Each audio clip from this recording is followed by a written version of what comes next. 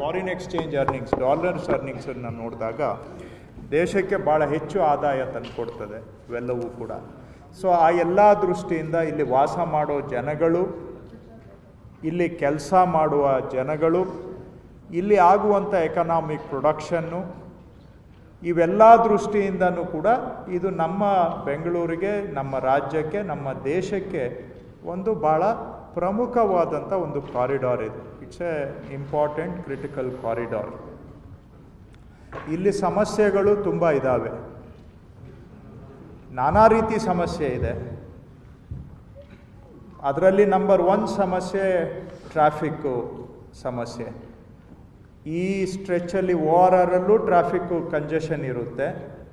ಮತ್ತು ಇಲ್ಲಿ ಯಾವುದೇ ನೀವು ಸೈಡ್ ರೋಡ್ ತಗೊಂಡ್ರೆ ORRಯಿಂದ ಸಿಟಿ ಒಳಗಡೆಗೆ inner side of the ORR ಹೋಗುವಂಥ ಸೈಡ್ ಕ್ರಾಸ್ ರೋಡ್ಸ್ ಆಗಲಿ, ORRಯಿಂದ ಔಟರ್ ಸೈಡ್ ಹೋಗುವಂಥ ಕ್ರಾಸ್ ರೋಡ್ಸ್ ಆಗಲಿ, ಎಲ್ಲ ರೋಡ್ಸಲ್ಲೂ ಕೂಡ ಕಂಜೆಷನ್ನು ಇರುತ್ತೆ.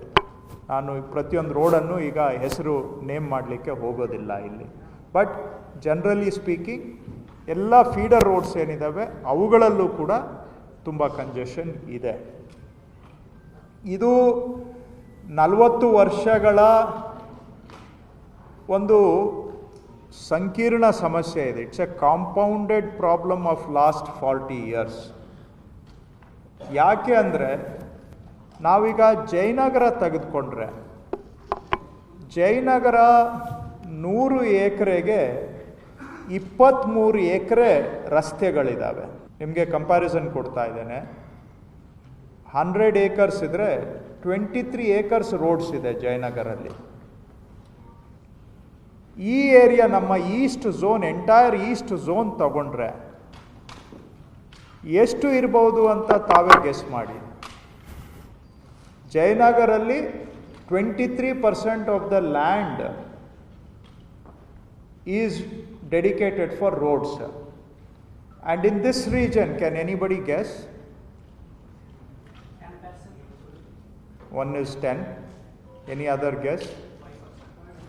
5.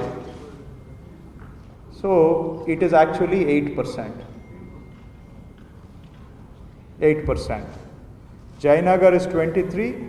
Here it is 8% of the land. ಯಾಕೆ ಆಗಿದೆ? Because last 30-40 ವರ್ಷದಿಂದ we allowed unauthorized, illegal developments to happen. This happened for last 40 years.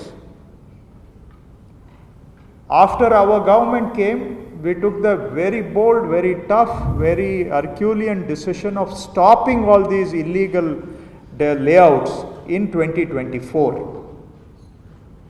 But prior to that, for 30 to 40 years, all unauthorized layouts have come up, unauthorized constructions have come up.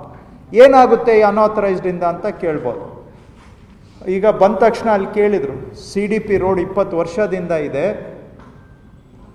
ಅಲ್ಲಿ road CDP ಪ್ರಕಾರ ಆಗಿಲ್ಲ ಅಂತ. ಯಾಕೆ ಆಗಿಲ್ಲ? When you go for plan approval, you are suppose to surrender the land margin as per the master plan. When you don't go for plan approval at all, when you are making an unauthorized layout, where is the question of surrendering the road margin as per the master plan? The question does not arise. So ಇಲ್ಲಿ ಆಗಿರೋದು majority ಎಲ್ಲ unauthorised layouts ಆಗಿರೋದ್ರಿಂದ, majority ಹೇಳ್ತಾ ಇದ್ದೇನೆ, ಎಲ್ಲರೂ ಅಂತ ತಿಳ್ಕೊಳ್ಬೇಡಿ. Many good ಏನು ಎಲ್ಲ ರೆಗ್ಯುಲೇಟರಿ ಫ್ರೇಮ್ವರ್ಕಲ್ಲಿ ಇರುವಂಥ ಡೆವಲಪರ್ಸು ಇದ್ದಾರೆ. ಬಟ್ ಡೆನ್ಸಿಟಿ ಬಂದಿರೋದು because of unauthorised developments over the years.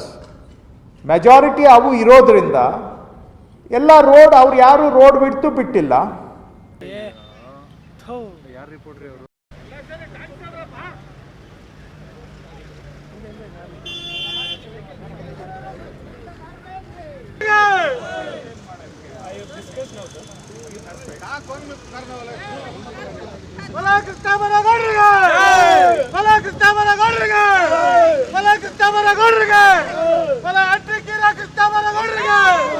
Marshals ಪಾಪ ನೈಟ್ ಎಲ್ಲ ಇರ್ಬೇಕಾದ್ರೆ ಸೆಕ್ಯೂರಿಟಿ ಇಲ್ಲ. ನೆಕ್ಸ್ಟ್ ಸಿಎಂ ಕೃಷ್ಣಬೈರೇಗೌಡರಿಗೆ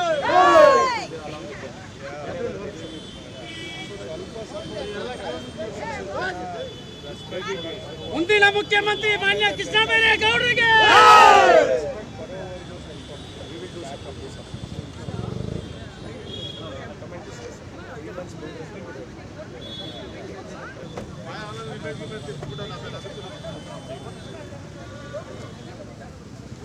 ಮುಂದಿನ ಮುಖ್ಯಮಂತ್ರಿ ಕೃಷ್ಣಬೈರೇಗೌಡರಿಗೆ